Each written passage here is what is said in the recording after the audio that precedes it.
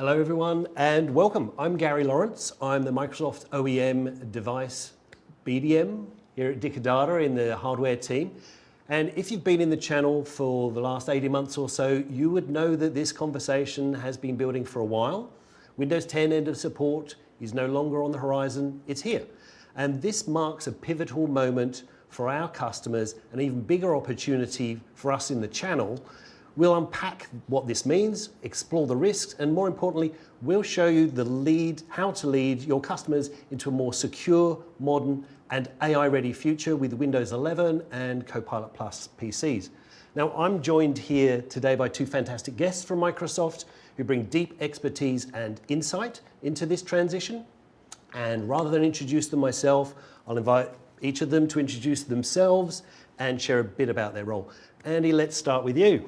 Thanks, Gary. Andy Malakooti is my name. I am the go-to-market lead for our device partner sales team here at Microsoft in ANZ. Lovely to be here. Thank you, Andy. And Mitch, over to you. Thanks, Gary. Thanks, everyone, for joining. My name's Mitch Smith. I'm the Windows Commercial Solutions Specialist for Asia. My role, I split my time pretty much between customers, device manufacturers, and sort of the channel. So I spend basically all of that time trying to help customers maximize their investments in Windows. Thanks, Mitch. So great to have you both here. Let's get started. So today marks end of support for Windows 10. Andy, can you please tell us what it means? Yeah, sure. So as you said, today, October 14th, 2025, is the official end of support for Windows 10. We've worked with our customers and our partners over the last couple of years in preparation for this date. And as promised, we're not changing the date. It's official as of today. So what does that mean? Customers will no longer be able to receive technical support from this date forward on Windows 10 devices. They will no longer receive, after this final security update and patch today, they will no longer receive any further updates, any further security patches for their devices, Windows 10 devices, from this date forward. So if you think about, like every product, Windows has a life cycle, and customers that are running on older versions of Windows are effectively now out of support. They're no longer supported, which means if they call Microsoft to receive technical support, they will be told that this is no longer a supported product. We generally release a new version of the operating system the second half of every year. And our commitment is to continue to support that moving forward for at least 3 years for enterprise editions and 2 years for pro editions. So basically, if you're running an older version of not only Windows 10, but an older version of Windows 11, the support from that will cease from today. So it's a great opportunity to engage with those customers still on unsupported versions and to highlight the urgency and the importance of staying current. Mitch, what risks do customers face if they stay on an unsupported operating system? Well, yeah, plenty. I think, I speak to a lot of customers, like I said, they've got tons of priorities. I'm yet to meet a customer that doesn't have security as sort of one of their top 1 or 2 priorities. I'm also told by a lot of IT decision makers that migration will come later. They have other projects in the pipeline or in the queue. I don't think they're necessarily ignoring Windows 11. They're under pressure to deliver more things with less resources, do more with less, as everybody is in our industry. But I think our job collectively as an industry is to play that role of trusted advisor. We need to show that Windows 11 migration isn't a competing priority. It's the enabler to many of the other projects that they're undertaking. We need to help them understand, the best practices around migration. How is that done efficiently? But then also we need to help them understand the risks of inaction. And, obviously the first risk is around security. After this next patch, new vulnerabilities. Any new vulnerability found in Windows 10 will not be broadly patched by us. So cyber criminals could start targeting Windows 10 from today, even more so than they are. And that could potentially lead to security issues exposing systems, applications, networks, more significantly potentially result in data theft. And as we're seeing regularly, it's in the media now, data loss can lead to legal consequences for an organisation. They can lead to financial consequences for an organisation, and in Australia, financial consequences for directors, so individuals in an organisation. But more importantly, or maybe as importantly, loss of customer trust. Some of the maybe lesser known risks around an unsupported operating system are things like compliance violations. So many industries, like you think about the finance industry, the health industry, they've got industry-specific regulations around IT systems. An unsupported operating system could actually be in breach of some of those regulations. Another maybe sort of less obvious one is around cybersecurity insurance. So a loss of insurance cover could actually come as a result of an unsupported operating system. So an unsupported operating system, then you suffer a breach, your policy could actually be invalid. And then lastly, sort of contractual obligations. So if you think about your organisation and how you are effectively a partner or form a network with all of your suppliers or whatever is in your sort of sphere, that unsupported operating system could actually create a vulnerability that affects your entire partner network, and that in itself could actually be a breach of contract in many situations. Right, so the risks are clearly laid out. And Andy, we've been talking about this Windows 10 end of support for quite some time now. How many customers, surely there aren't any that are affected by that still in ANZ? Yeah, look, to be honest, there's still a massive opportunity for all of us as an industry to help customers drive refresh of their older devices. There's still a lot of devices out there that are being used that are ineligible to upgrade to Windows 11. Through our telemetry, we can see which devices are being used. They're actively pinging Windows updates, so we know they're being used. They're not just sitting in drawers somewhere, in cupboards somewhere. And we also know, based on their specification, their hardware, whether they're eligible to upgrade to Windows 11 or if they're stuck on Windows 10. And looking at the numbers, across Australia and New Zealand, 1 in 5 active devices, commercial devices being used by commercial customers, are ineligible for upgrade. Now, this is a huge opportunity for us still to drive that modernisation and refresh of devices for our customers, and in particular help them to get more secure and drive the benefits of modern devices. Now, if we take that one step further and we look at the SMB segment specifically, there's an even bigger opportunity. 1 in 3 devices across ANZ in the SMB segment are ineligible for upgrade to Windows 11. So these are devices that are being used today, running on Windows 10, they can't upgrade, and they are effectively vulnerable to security attacks as of today. And we're talking significant numbers. We're talking in advance of 1 million devices across ANZ. Right, so it is a huge opportunity, and this moment represents more than just the end of an era. It signals the transition to an exciting new chapter. That huge opportunity for partners. Can you talk about that a little more? Yeah, look, I mean, the big thing for us is really in that SMB segment. If we think about 1 million plus devices in the SMB segment, a lot of these customers are unaware of what end of support actually means for them. They maybe haven't necessarily taken the date seriously. They thought maybe we were going to move the date, which we've now confirmed is not happening. So it's really about us as an industry to be that trusted advisor that Mitch was saying and help customers understand what this means, that a lot of their devices being used are vulnerable to security attacks. And if we think about the amount of attacks that are happening in the world today compared to, for example, when we went from Windows 7 to Windows 10 some 10 years ago, it's tenfold the amount of attacks. So we're talking about a significantly more critical issue around vulnerability of devices. What are the big 3 things, Andy? What are the things you want our audience to take away from today?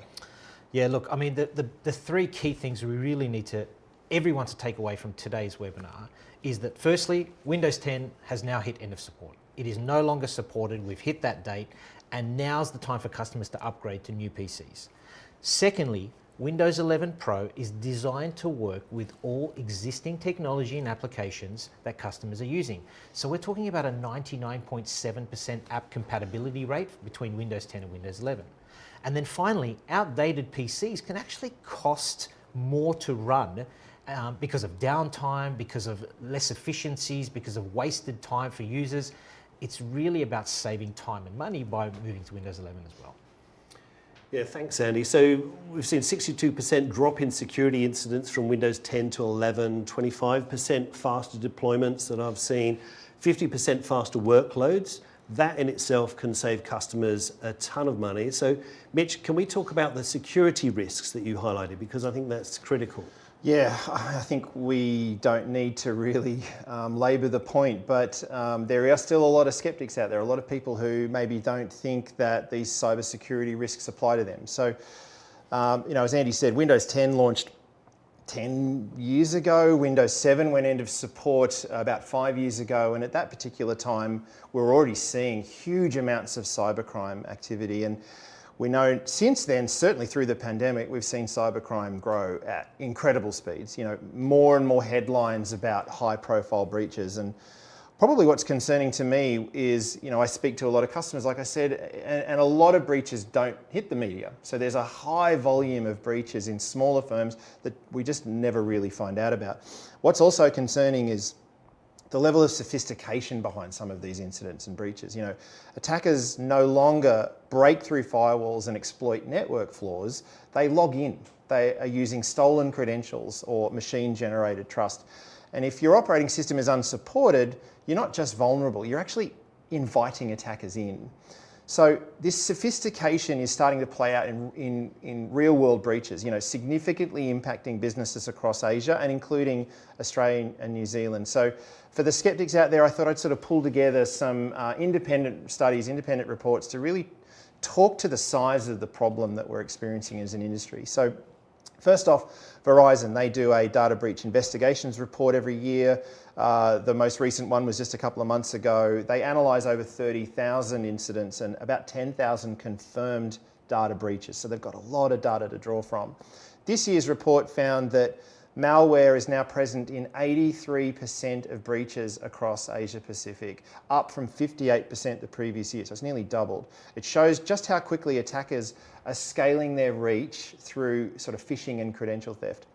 They also found that breaches in our region, specifically Asia and Australia and New Zealand, are likely to be more complex, more malware driven, and sort of involve deeper system compromise than the global average. So we're more vulnerable down here.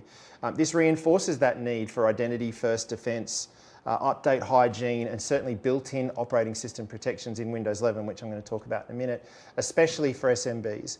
It's not a smash and grab. Attackers are using advanced tools and stolen credentials to quietly enter systems. They're exploring internal networks, they're planting malware, and they're extracting sensitive data over time. The other thing that this particular report called out is that SMBs are facing a perfect storm.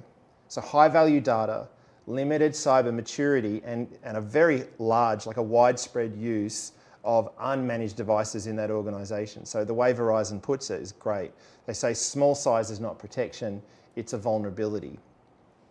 Now we look at Interpol's report, so their cyber threat assessment report from late last year. They actually also call phishing the leading form of cybercrime worldwide. And it's not just about fake emails, it's now about human manipulation. They're getting smarter, they're getting harder for a human to spot the flaws and the details in what's fake.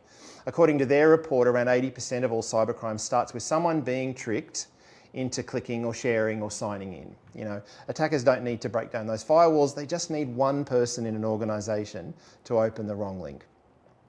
PricewaterhouseCoopers, their report from last year, the Global Digital Trust Insights report, found that more than half of organisations in our region are saying their top concern is losing data to the bad guys. And as we know, and as we said, there's still some skeptics out there that think that this won't happen to them. It's not theoretical, it's happening. Since 2023, more than 1 in 3 organisations of all sizes have experienced a breach costing somewhere between $1 and $20 million US. That's a serious financial hit, especially for an SMB. And then finally, not independent, us, what do we see? We process over 78 trillion with a T security signals and over 600 million cyber attacks every day. So there's a lot of traffic out there, a lot of data. We found that ransomware attacks nearly tripled last year. And it's not just about locking up data anymore. The bad guy says, I've got your data, give me money before I give it back. Attackers are now threatening to leak or sell that sensitive information. Again, it's in the news at the moment, which hits SMBs especially hard. When it comes to running the latest version of Windows, we're very, very clear. Delay is not an option because patches don't just fix bugs, they strengthen the customer defense. Every missed update basically leaves the door open, and attackers now are getting increasingly good at knowing which doors to try. For SMBs, staying current isn't just good practice, it's essential protection against ransomware, privilege escalation, and identity theft. What's also interesting is that all 4 reports unanimously emphasise update hygiene, as a security imperative. They all agree the best defence against a known vulnerability is to update the software. It's the simplest and yet, as we see quite often, the most often neglected action. Again, we see full alignment on phishing awareness. So every report says it's a core recommendation. It reinforces the reality that human error, especially in the form of deceptive email, is still one of the most exploited attack vectors. We probably need to drill into why PwC has omitted this, but Verizon, Interpol and Microsoft include credential protection as a security imperative because it's a proven frontline defence against the most common and damaging cyber attacks. Right, so it is good to see that these global reports are broadly in agreement, and we've seen how poor update hygiene keeps showing up in the data as an area of risk, like the biggest area of risk. What happens, Mitch, when that combines with unsupported operating systems? Yeah, well, that's even worse. So, good patch hygiene or update hygiene, it relies on security patches being provided by the software vendor.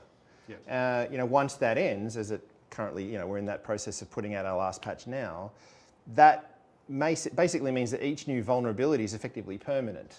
So as an end user, you can't deploy a patch that doesn't exist from the software vendor. So no more security patches means no more mitigation, just exposure, essentially, to the customer. What's on the screen now is a recent study from Mandela, and they were actually looking at systems in the Australian Public Service. So this isn't an operating system. This is actually an ERP product that was studied here, but the pattern is actually the same. So 5 years after support ended for that particular product, it had over 1,600 known vulnerabilities. So the attack surface kept growing, but the patch count stayed flat because the vendor wasn't sending patches. And that's kind of my point. Just because we at Microsoft stopped patching Windows 10 doesn't mean attackers stop looking for vulnerabilities and new flaws. Probably the opposite, in fact.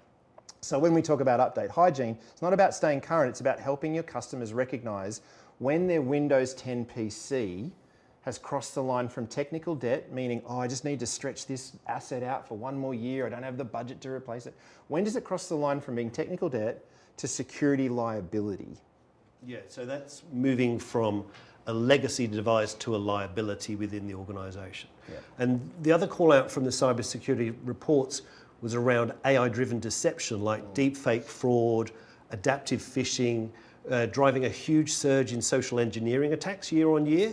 Mitch, how does Windows 11 address those risks? Well, there's lots of features, a lot of new features, key features in Windows 11, especially built around phishing and credential protection. They're either new or they're enabled by default in Windows 11. So just thinking about the imperatives from the reports we just looked at, Windows 11 offers built-in protections that Windows 10 either lacked or required manual setup for. So upgrading isn't just about a nice new AI and where the start button is. It's not even really about a whole bunch of new productivity features, which are great. It's about adopting a more secure default posture. And look, to be honest, and maybe I'm inviting myself back here, but we'd need a whole new separate webinar to cover all of the security innovation in Windows 11 that's designed to tackle today's sophisticated attacks. But one specific Windows 11 feature is super relevant to this topic. It's around phishing and credential protection that we've been covering so far. So enhanced phishing protection with Microsoft Defender Smart Screen, it's a great mouthful of a product name, is designed to help protect users from themselves, help protect us from phishing attacks by identifying and alerting a user when they're about to enter their credentials into a malicious application or hacked website. This feature is shipped out of the box, and these safeguards are built directly into the platform. It's just one of the many elements of the Windows security stack, which covers everything from how the platform is built and certified, to how third-party code is tracked through things like software bill of materials, all the way from silicon to the cloud. I'm not going to drain this slide. It's a very, very wordy slide. And your customers out there, won't use every feature from us. I get it. Many of them will rely on different vendors at different layers, and that's actually great. What's worth noting, though, is how many of these protections are now built into the platform itself. So, for example, how hardware protections like TPM 2.0 and firmware protections like Secure Boot are mandatory for Windows 11. We call this security by default. And like I said, there's just not enough time to talk about security in Windows 11. There's a ton of new features that our Windows engineering and product teams are delivering still to make Windows 11 the most secure operating system ever. We're constantly listening to our customers. We are, always engaging. We're trying to figure out what they need, but we're working to deliver what matters most to them in their environments. Yeah, so the cyber threats that we're seeing, they're evolving fast. So customers have to modernise to secure their endpoints, to secure the environment. Yep. Andy, are you seeing much of this innovation translate into real world benefits? Yeah, absolutely. So we are having customers reporting that those that have already deployed Windows 11, they're seeing 62% less security incidents on their Windows 11 devices compared to their old Windows 10 devices. So that's from a security standpoint. And then the other benefit that they're getting from early deployment of Windows 11 is the efficiencies, both from an IT admin perspective, but then also from users. Users are experiencing 50% faster workflows using modern Windows 11 devices compared to their old Win 10 devices. Right. So they're smarter and faster together. Okay, Mitch, so for our customers still on Windows 10 today, what options do they have? Well, as Andy said, there's a lot out there. And for those customers who are yet to migrate to Windows 11, as of today, we kind of see 4 options. The first, do nothing. Stick your head in the sand, pretend like it doesn't matter, say you've got bigger priorities, or just ignore the fact that security is everybody's problem, and it will affect every organisation. Again, as our role, I think, is to be that trusted advisor to the customer. We're obligated to educate them that the cost of moving to Windows 11 is significantly lower than the potential or probable costs associated of an unsupported operating system and all of the bad stuff that comes along with that. The second option is to pay for Windows 10 Extended Security Updates, or ESU. And we would recommend that for any customer that hasn't quite fully finished their migration to Windows 11 to pay for ESU. ESU is not intended to be a long-term solution, just a temporary bridge, basically just to get you over the line until you've finished all of your migration. By the way, just a quick note here, many of us, and me included, have been guilty of this, of calling this extended support. It is not extended support. ESU is nothing more than the monthly security patch, extended security update. That's what it means literally. It doesn't extend technical support for Windows 10. Nor does it give access to any new features or non-security fixes. So the QR code on the screen now is where your partners and customers can go to learn more about Windows 10 end of support. It's also quite expensive. It can draw a lot of budget away from an organization's appetite to spend on transformational products. So $61 per device for that first year. Then it doubles to $122 in that second year. Then it doubles again to $244 per device. So it is designed to be a deterrent of some description. And then if your customers are using Intune or AutoPatch to manage their OS updates, then we do actually provide a discount. So that effectively goes down to $45 per user for that first year. And at this stage, we haven't confirmed that discount will extend beyond year 1. And then lastly, customers can obtain extended security updates through Windows 365, but only for company-managed Windows 10 endpoints. So if you're an organization that has a temporary staff member in just using their own PC, running up a Windows 365 instance, no, that's not covered. It is just for company-managed endpoints. It's available now. You sell it, Dicker Data sells it, volume licensing options as well as CSP. But there's another consideration when your customer is thinking about Windows 10 extended security updates, and it's probably the least known consideration of this whole thing. So the Microsoft Productivity Suite, applications such as Teams, Excel, Word, Outlook, etc., they are governed by what's called the Microsoft Lifecycle Policy, which means technical support will only be given to those applications if they are on a device with a supported operating system, which of course Windows 10 now no longer is. That QR code on the screen takes you an article to learn.microsoft.com, where you can read more about how the M365 apps are impacted by Windows 10. But essentially, customers with Windows 10, even with Windows 10 ESU, will not receive any technical support for these applications. We are doing the right thing and providing security patches for these applications for free, as well as 1 year's worth of feature updates. But any customer seeking tech support for, let's say, Outlook, running on a Windows 10 device will actually be directed by Microsoft to upgrade their operating system before we can help. So Windows 10 end of support, or ESU I should say, continues the monthly security patch for Windows 10, but there are still a lot of elements for customers to consider whether they're right for them, right? Yeah, and the M365 implication has been a real surprise. Yeah. It's on our website. I don't blame anyone. It's not like everyone trawls through our website and reads that every day. We have released blogs, but yes, it is probably the least known sort of element to this whole thing. Right, and as you say, we have ESU on our price list. And I know there's a minimum commitment of 1 year, isn't there? Yeah, so you can't buy like a month or 2 months or 3 months of ESU. So it's a 1 year SKU. And then the second year is the second year SKU. You can't skip the first year and go to the second year if you want to run the gauntlet for 12 months. I don't know why you do that and then jump into ESU in the second year. You actually have to buy ESU 1 year and 2. So yeah, it's a 12-month minimum SKU. It's again, it's designed to allow customers more time just to finalize that migration.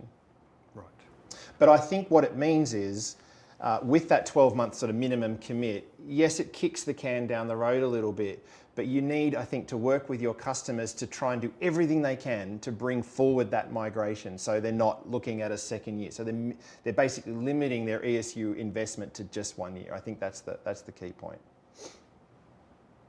The third option, of course, is to perform what we call an in-place upgrade for the Windows 10 devices that do meet the minimum requirements. So separate to the numbers that Andy was talking about before, the devices that do have the minimum spec to meet the Windows 11 upgrade. One of the likely aspects preventing migration to Windows 11 is hardware compatibility. If you sort of think back to the Windows 7 end of support milestone, the difference between 7 and 10 was mostly application driven. That was the biggest hurdle most customers had to leap over. This time around it is hardware. So when we launched Windows 11 in 2021, we set a stringent new hardware baseline, aligning to our principles of security, reliability, and compatibility. But we also were thinking about how we best prepare for AI and other modern workloads. So, you know, the Windows 11 hardware baseline is relatively unknown. The end of support date was, when I spoke to customers, they understood that, but the implications and certainly the hardware baseline was very, very limited in terms of how many people knew it. And many customers I spoke to just sort of assumed that their Windows 10 hardware would be eligible for an in-place upgrade. Maybe our messaging around it's an update, not an upgrade, resonated too well, potentially.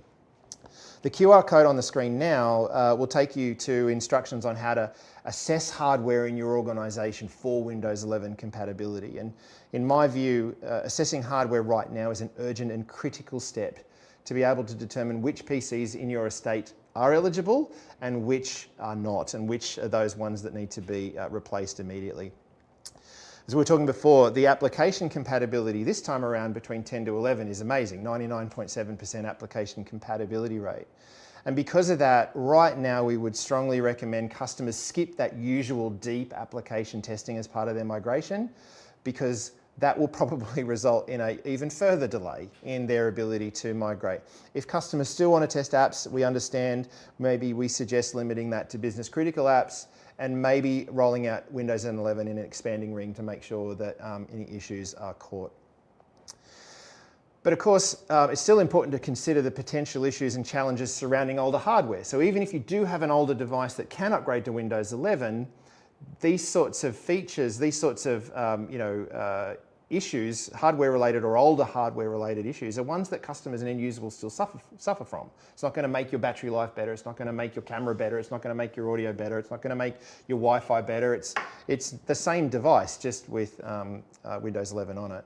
So this particular QR code actually takes you to a Forrester research report showing how the purchase of new Windows 11 PCs will actually generate a net positive ROI for the organization, overstretching the life of aged devices, because obviously older devices break down more, downtime in the business. So the total cost of ownership for new hardware is actually better. So in that same website, there is a calculator embedded in that report where you or your customer can punch in a whole bunch of different variables that relate to the organization, and it will show you, will spit out exactly how much money you'll save in that total cost of ownership for new devices versus old ones. Fourth one, last one, and we believe obviously the best option for your customers is to purchase new Windows 11 PCs. New devices will help your customer boost their employees' daily experiences. End users will see improved productivity, improvements in hardware speed, quality, battery life gains, etc., etc.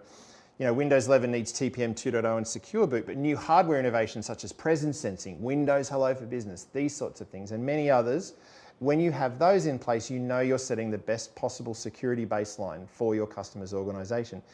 And then if you want to talk to your customers about devices with a neural processing unit, an NPU, you'll be future-proofing their organization to execute more and more AI workloads on the device, potentially reducing cost, energy consumption, and data compliance headaches. Yeah, so we're hearing a lot about AI, everyone is, and the potential benefit of shifting AI workloads to the device. How important is that, Andy? How important? Yeah, we believe that AI, really the best AI is a mix of both cloud and on-device. A lot of customers are starting to integrate AI into their businesses, and predominantly that's been via the cloud today. But we're starting to see more specific use case scenarios where using AI workflows on the device, be it for connectivity reasons, be it for latency reasons, and even just performance is a good way to go. Now, for us, the way we bring that to life is through Copilot Plus PCs. And Copilot Plus PCs are the fastest, most intelligent, and most secure PCs that we've ever built. And they're designed to deliver those AI workloads, excuse me, at the edge via the NPU. Now, if you think about Copilot Plus, really the way to think about it is it's a certification. It's a certification, and to obtain that certification, a Copilot Plus PC has to be a secure core PC with a Pluton architecture. It has to have a minimum of 40 trillion operations per second, or TOPS, in terms of that performance of the NPU specifically, not as a result of the NPU, CPU, and GPU. And this is a certification that we're working with all of our OEM partners, with all our silicon partners, and also with the ISV and developer community to develop applications to take advantage of these devices. So it's our most secure PC ever built. It's a big claim. Mitch, how can we make that claim? Well, as I've said, Windows 11 PCs are secure by design. So, TPM 2.0, Secure Boot, virtualization, base protections, etc. Copilot Plus PCs take it further. So key security features like the Microsoft Pluton security processor that Andy just mentioned, Secure Core PC, and Windows Hello ESS Enhanced Sign-In Security. They're not just supported, they're enabled by default or mandated as part of the Copilot Plus PC certification Andy was talking about. And then IT teams get more powerful tools too. So to manage these devices, to control how apps, data, and even AI features behave across their organization. So for example, an IT manager can manage recall, which a feature you'll see in a minute when we play the video, to decide what gets saved and how long it's kept. Right, so that's great. On security is the number one priority. What about on-device or hybrid AI? How does that benefit our customers, Mitch? Good question. So an NPU, the neural processing unit, is the chip built just for handling AI tasks. So it performs those tasks a lot more quickly and a lot more efficiently from a power consumption and time perspective, than CPU or a GPU can. So NPUs and on-device AI, they can perform a lot of different tasks, and they can benefit a customer many different ways. And some of these will benefit some customers, some of these will benefit all customers. And the way that we need to be fluent in being able to talk to these benefits is how we're going to help customers understand the value prop of these devices. So the first one is around latency. Obviously with the workload being done on the device, it does reduce that latency. Now that latency can sometimes be represented in milliseconds, but if you're a human being talking to another human being and you're relying on a bot or some sort of assistance here in the device, that delay going to the cloud and back can actually stagger the conversation, make you feel a lot less credible in your conversation, whereas on the device there's zero latency. NPU also allows the AI task to be performed without an internet connection. So you can be anywhere in the world with any kind of lack of connection. You can be down in a mine. You can be anywhere, and then you can still have that AI workload performed on the device. A software developer using Windows AI Foundry, again, maybe we need to come back and do some more work on that. They can design the application to consider the context of a task. So it could potentially look across open websites or applications on that same device when performing that task, improving the quality of the response. Also, NPUs can lead to a reduction in cloud processing and storage costs because there's no data going up and forth, up and back to the cloud. Also, you think about it from that perspective, NPUs have longer battery life because of the efficiency in that particular silicon. So employees don't have to have their PCs plugged in all day. That could ultimately lead to energy savings. So the cost element, energy savings and potentially data cost and cloud costs is real. Local processing keeps sensitive data on the device. Doesn't mean it's more secure. We know that our cloud is incredibly secure, but it can certainly help a lot of organisations that have regulatory standards, especially in scenarios where data residency is a priority. So keeping that data on the device could actually be the difference between an organisation being able to use AI or not using AI. And of course, because of Copilot Plus, all the data is protected with BitLocker and Windows Hello with enhanced sign-in security. Lastly, local AI processing actually reduces the need for extensive data and workloads in these big data centres. That saves on energy and reduces carbon emissions. So in theory, a customer that has sustainability targets could potentially leverage a Copilot Plus PC to sort of check those off. But essentially, look, NPUs shift AI from cloud dependent to edge optimized, and Copilot Plus PCs are definitely the hardware for that shift. There's a lot of applications that are already in our app store that are leveraging 40 TOPS NPU. So again, that's a certification or a minimum standard, and there's a lot more due to release soon. We anticipate many software vendors are going to look to offset some AI workloads from the cloud to the device to reduce their own infrastructure costs in the near future. Yeah.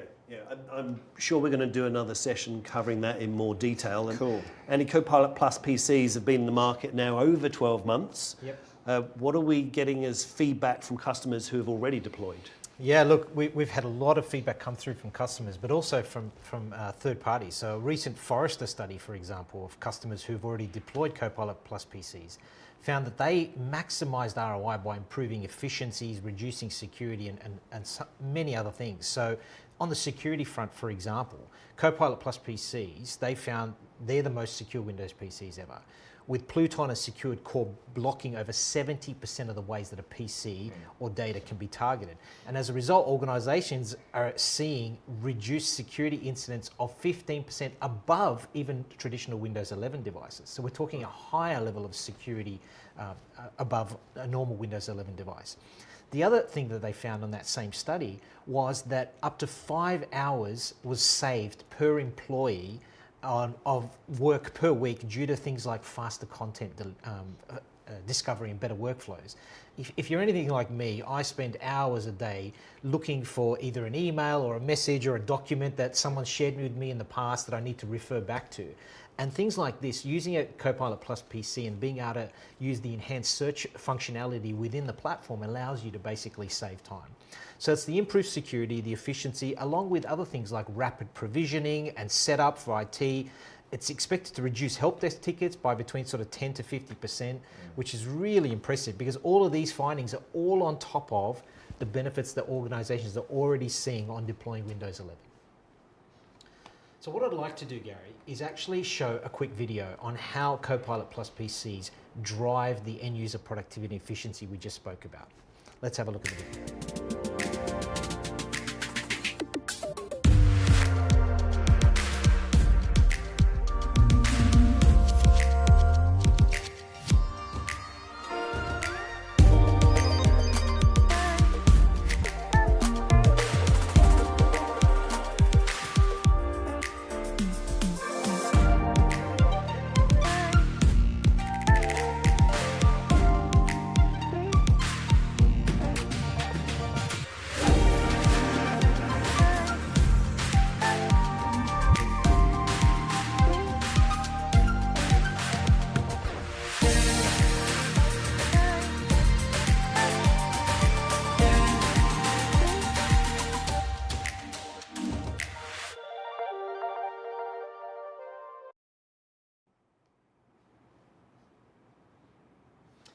So, you've seen from the video some of the amazing things that customers can receive from Copilot Plus PCs.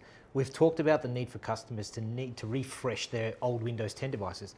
If they're going to refresh their PCs to migrate to Windows 11, why not ensure they have the very best hardware to suit their needs, not only today, but into the future with Copilot Plus PCs? Now, I want to conclude with sort of 3 key takeaways. We touched on these at the beginning of the webinar. And if there's one thing we want the audience to take away from today's webinar is these 3 things, right? Firstly, Windows 10 is now hit end of support, and now is the time for customers to upgrade their old Windows 10 devices to Windows 11. Secondly, Windows 11 Pro is designed to work with your existing applications and existing technology, 99.7% app compatibility rate. And finally, keeping older devices, it's actually going to cost them ultimately more to keep them running, and also the inefficiencies from a productivity standpoint. Remember, 50% faster workflows on Windows 11 devices and 62% drop in security incidents on Windows 11 devices. These are the reasons why customers need to be refreshing immediately. And definitely last but not least, think about the large refresh opportunity. We talked about it before. 1 in 5 active commercial devices being used by customers across Australia and New Zealand are ineligible for upgrade and need to be refreshed urgently. Yeah, so the urgency is no more real than today on end of support day. And the results of the device refresh speak for themselves. Organisations with Windows 11 seeing 62% fewer incidents, 50% faster workflows. Copilot Plus PCs aren't just about performance for today, they're about future proofing. So now's the perfect time to continue this refresh conversation, look at the devices that are ready to switch to the AI-powered future. Now, on our Dicadata portal, you can find a link to our Windows 11 device readiness report to uncover those devices which still need attention and share the report with your customers. There are also links to our device catalogue, which lists Windows 11 Pro and Copilot Plus PC devices from Dell, HP, Lenovo and Dynabook. Or for more information, you can always reach out to your Dicadata rep. We're here to help. And with that, thanks to Andy Malakooti, thanks to Mitch Smith from Microsoft for being such a fantastic guest today. And thank you for your time. Thank you for attending. Thank you, everyone.